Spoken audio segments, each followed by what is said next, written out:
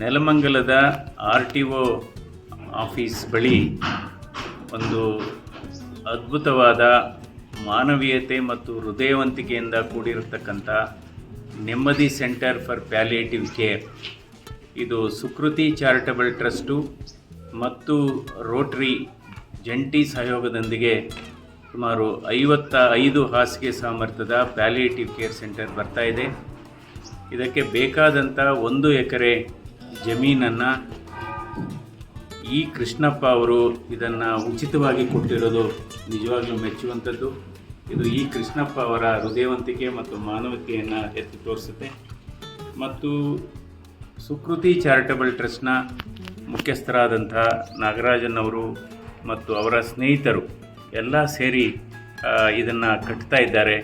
ಈಗಾಗಲೇ 70% ಕಾಮಗಾರಿ ಮುಗಿದಿದೆ. ಬಹುಶಃ ಇನ್ನೊಂದು 7-8 ತಿಂಗಳಲ್ಲಿ ಈ ಪ್ಯಾಲಿಯೇಟಿವ್ ಸೆಂಟರ್ ಇದು ಕಮಿಷನ್ ಆಗುತ್ತೆ. ಇದು ಬಹಳ ಮುಖ್ಯವಾದದ್ದು. ಕೊನೆಗಾಲದಲ್ಲಿ ಈ ಕ್ಯಾನ್ಸರ್ ಆಗ್ಬೋದು ಅಥವಾ ಸ್ಟ್ರೋಕ್ ಆಗ್ಬೋದು ಅಥವಾ ಎಂಡ್ ಸ್ಟೇಜ್ ಹಾರ್ಟ್ ಫೇಲ್ಯೂರ್ ಆಗ್ಬೋದು, ಯಾರೂ ಕೂಡ ಅವರನ್ನು ನೋಡ್ಕೊಳ್ಳೋಕ್ಕಾಗದೇ ಇರತಕ್ಕ, ಮನೆಯಲ್ಲಿ ಇಟ್ಕೊಂಡು ನೋಡ್ಕೊಳ್ಳೋಕ್ಕಾಗದೇ ಇರತಕ್ಕಂಥ ಹಲವಾರು ಸನ್ನಿವೇಶಗಳನ್ನು ನಾವು ಏನು ಎದುರು ನೋಡ್ತೇವೆ. ಅಂಥವರಿಗೆ ಇಲ್ಲಿ ಉಚಿತವಾಗಿ ಅವರ ಸೇವೆಯನ್ನು ಮಾಡತಕ್ಕಂಥ ಕೆಲಸವನ್ನು ಈ ಸುಕೃತಿ ಚಾರಿಟಬಲ್ ಟ್ರಸ್ಟ್ ಮಾಡ್ತಾ ಇರೋದು ಮತ್ತು ರೋಟರಿ ಜಂಟಿ ಸಹಯೋಗದಿಂದ ಮಾಡ್ತಾ ಇರೋದು ನಿಜವಾಗ್ಲೂ ಇದು ಮೆಚ್ಚುವಂಥದ್ದು. ಇದು ದೇವರ ಕೆಲಸ, ಇದು ಪುಣ್ಯದ ಕೆಲಸ.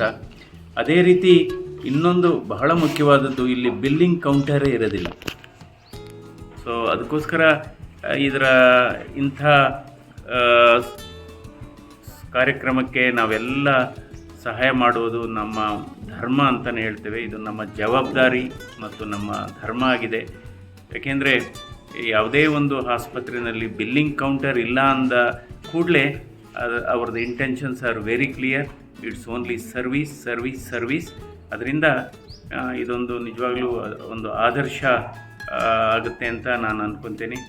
ಮತ್ತೊಮ್ಮೆ ನಾನು Sukruti charitable trust, rotary Bangalore ಹಾಗೆ ಮತ್ತು ಈ ಕೃಷ್ಣಪ್ಪ ಅವರನ್ನು ಮತ್ತು ಈ ಸಮಿತಿಯವರೆಲ್ಲರನ್ನೂ ಕೂಡ ಅಭಿನಂದಿಸ್ತೇನೆ. ಯಾಕೆಂದರೆ ಈ ರೀತಿ ಮನಸ್ಸು ಎಲ್ಲರಿಗೂ ಬರೋದಿಲ್ಲ.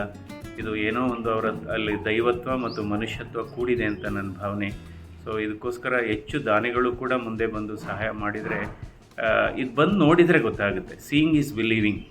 ಸೊ ಇದಕ್ಕೆ ಒಳ್ಳೆಯ ಯಶಸ್ಸು ಸಿಗಲಿ.